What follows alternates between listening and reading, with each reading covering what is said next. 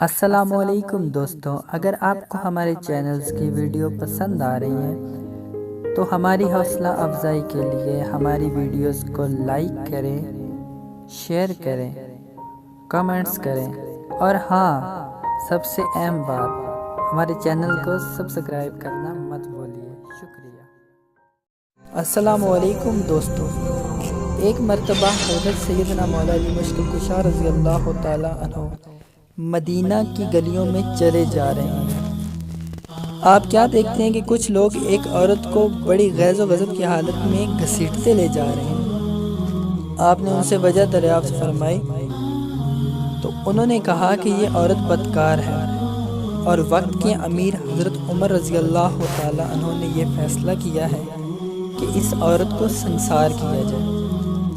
یہ بات جب حضرت علی نے سنی تو اس عورت کو ان لوگوں کے ہاتھوں سے چھین لیا۔ لوگ دوڑے دوڑے حضرت عمر کی بارگاہ میں آئے تو ان کو سارے واقعے کے متعلق بتایا۔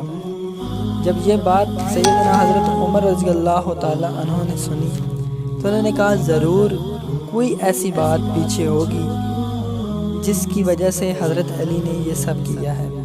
آپ ایسا کیجئے کہ حضرت علی کو میرے پاس بھیجیں۔ جب یہ پیغام مولا علی مشکل کشا رضی اللہ تعالیٰ عنہ کو پہنچا تو وہ بڑے غصے کی حالت میں حضرت عمر کی بارگاہ میں آئے اور کہنے لگے کہ اے عمر، کیا تم نے رسول پاک صلی اللہ علیہ وسلم کی یہ حدیث مبارک نہیں سنی کہ 3 لوگوں سے اللہ تعالیٰ نے اپنا قلم اٹھا لیا؟ ایک وہ جو سو رہا ہو جب تک وہ بیدار نہ ہو جائے، دوسرا وہ کہ جو نابالغ ہو جب تک بالغ نہ ہو جائے، تیسرا بے ہوش شخص جب تک وہ ہوش میں نہ آ جائے۔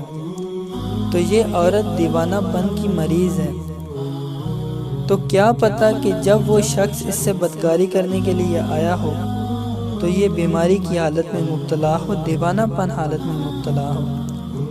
حضرت علی نے تبسم بھی فرمایا۔ جب یہ بات حضرت عمر رضی اللہ تعالیٰ عنہ نے سنی تو آپ نے اس عورت کو فوراً رہا کر دیا۔